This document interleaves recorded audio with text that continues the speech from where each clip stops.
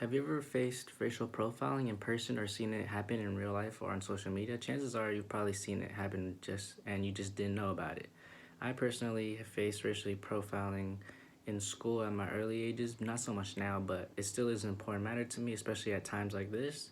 And racially profiling basically is the discriminatory act based on an individual's race or ethnicity to bring them down and oppress them.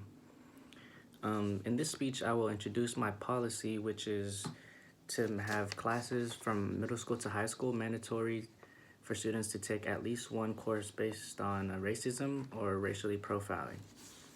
Now that I've given you my policy, I will introduce why this is a problem. So why is this a problem?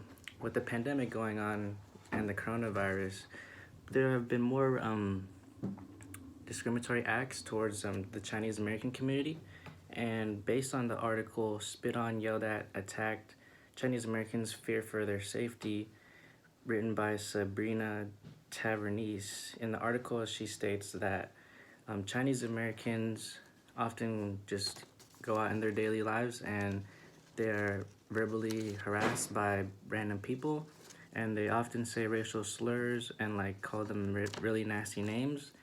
At one instance, they also told a bus driver to hit them with the bus. And another example of this would be Donald Trump, our president. He recently named the coronavirus the Chinese virus. And obviously race and the virus have nothing in common, so it does not make any sense to include a race into the virus's name. And this aired out on public television, which is also very bad. And it encourages, what this does, it encourages people who watch the news thinking that it's okay. And their FBI has also warned the public that there have been more hate crimes towards Chinese Americans, so that they should be on the lookout for that. That was in an article written by Jiang in 2020. Now that I've given you a current example, I will give you my policy and explain it in depth why it will work. The policy I intend to implement is to make one class mandatory from middle school and high school where students have to learn about race and like racially profiling. The reason why this works is because it allows them to be educated and more exposed at a younger age. According to How Education Changes the World, British biologist Herbert Spencer said, start quote, "The great aim of education is not knowledge but action. As a PhD student, I have been a great consumer of education, and I believe my education has shaped my decisions and actions." This is proof that learning stuff about racism and like other topics, or like just education in general at a young age, could have much more benefit and like exponential growth for later on in life.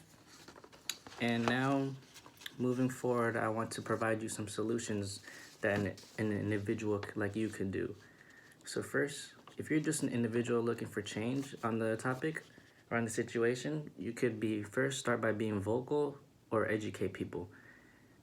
Like stated in my last example of the PhD, education can be shared and spread exponentially. So there's this, what do you call it? There's this word, it's called word of mouth, and basically it's like a business policy or like a business cycle of how to start a business. And here's my visual aid. Okay. So this is basically my visual aid. What I want to do is just explain to you here.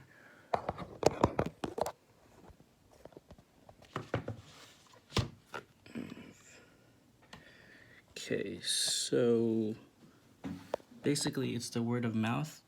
You start from here, and first you create awareness by using your mouth to spread words and like your policy, such as like my policy, and then you begin to build trust as more people start believing in you. And instead of increasing business, you increase your attention and the attention you get from the public.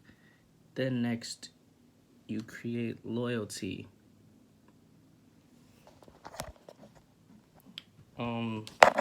So basically, it's like a never-ending cycle, and so basically, yeah, it's like a never-ending cycle, which keeps going and going, has exponential growth, which is why educating people, and when the education spreads from one person to another, which is why it is so exponential and has a lot of potential to reach a large audience. Or being vocal. So being vocal allows you to speak out more. It's like more like an action, call to action, where you speak out against someone who is practicing racial profiling. And what you want to do is, if you see it happening in real life, like at a supermarket or something out in public, what you can do is wait for the situation to calm down first, and then you can maybe like pull them aside or talk to them more privately instead of calling them out in public. Because personally, I feel like being called out in public is definitely one of the worst things to happen, and it's like really embarrassing too for me personally. So waiting for them to be in a more like private environment, or like when they leave the environment where racial profiling is happening, is definitely more effective, because you can talk to them one-on-one and like get to understand why they are doing racial profiling. So how can you make change as a group or in a community? I recently watched this TED Talk video that was hosted by Gerardo Calderon, and he said that if we want to see change, if we want to foster change, we have to get together, build relationships, act as a family and community. And one thing that also stuck out to me in his 15-minute speech was that he was asked the question, who is your favorite superhero? And he grew up in El Salvador, so he explained he didn't have any superheroes growing up. And he explained that they always grew up as a community and relied on each other. So they put power within the community by giving each other power and like having the same perspective of life and like values. So that is the reason why making small groups can be very effective. And an example of a small group that started in 2013 would be the Black Lives Matter movement. It started off by three African American females, and the reason why they started this was because there was a lot of police brutality going on between the African Americans and the police. But it started off as a simple hashtag Black Lives Matter on social media, and today it became a global human rights activist groups with a lot of allies. Now you have some ideas how to be part of the solution instead of the problem. I will conclude my speech. Overall, there are many negative connotations that comes when you practice racially profiling, or like when you allow it to happen.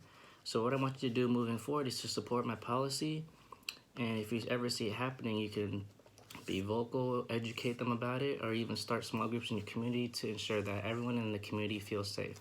Thank you.